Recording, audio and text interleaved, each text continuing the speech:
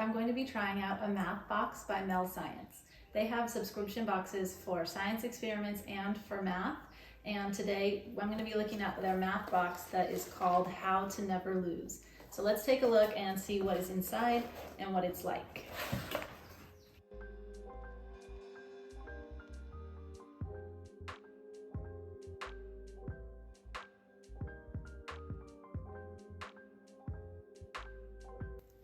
Let's start with the activity called Fighting Chance. Each activity comes with an in-depth description in the booklet that shows you what things you're going to need to use and all the rules of the game, how you can play it, and an in-depth description so everyone can easily understand how to do this activity.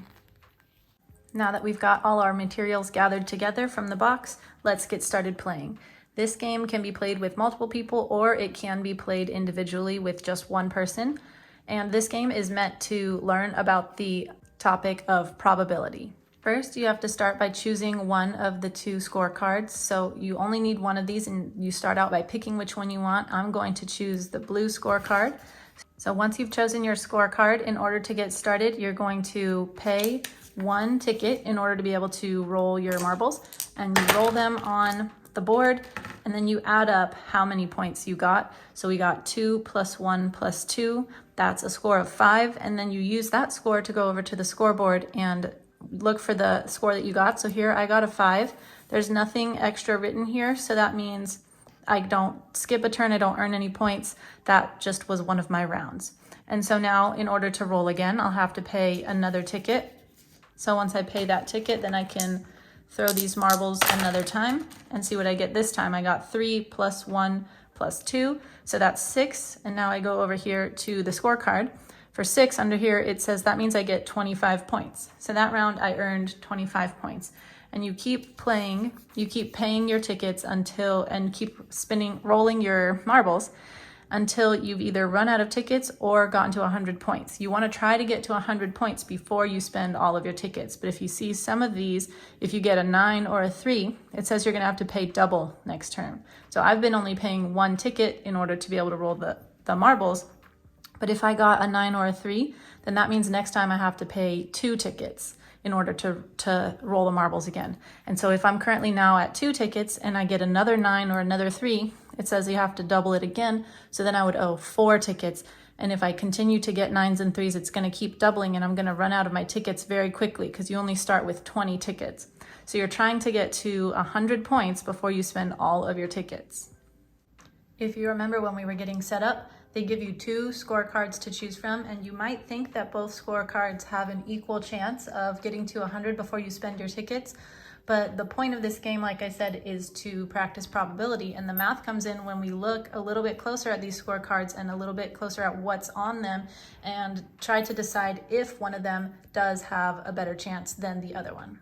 On these cards, the green spots are the ones that are positive and will earn you points, and the black and red spots are the ones, black are neutral, they don't do anything, and the red spots are ones that are negative because they make you pay double on your next turn, and so that's going to make you run out of tickets a lot faster. So the instruction booklet tells you how you can investigate and see which one of them would be the best option that will help you win the easiest. I'm not going to give it away because I want you guys to be able to try it yourself, because it is a lot of fun and it's really interesting to look at. And they encourage you to do an experiment of your own to try and figure out what numbers are the most likely that you'll get. And you record your data, and you can figure out which ones are the most likely and use that to figure out which of these scorecards is most likely to help you get to 100 points the fastest. The next activity in this kit that I'm excited to try is to make the bean machine. So this is something they give you the materials and you're going to build this. It's another thing that's going to help you learn about probability, because that's what this kit is about. And again, inside they tell you exactly what pieces you need from in the box and show you the step-by-step instructions for how to build it. And then once it's built, they give you instructions for how to use it to learn about probability. So let's go ahead and build this thing and see what it looks like.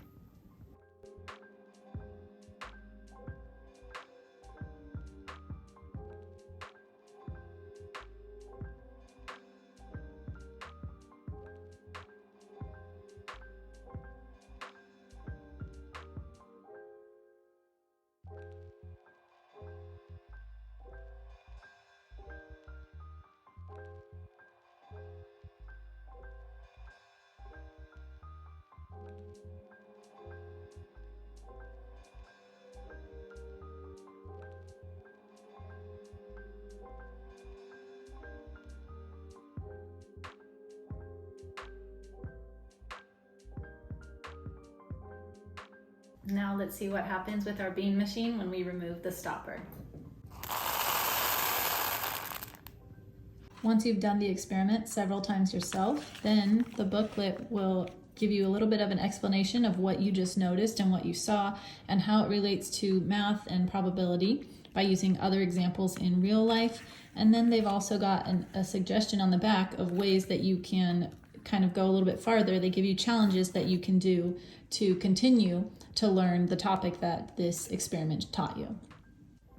Mel Science has tons of math and science kits that help make these subjects more hands-on for students and help them learn the material by actually doing it themselves.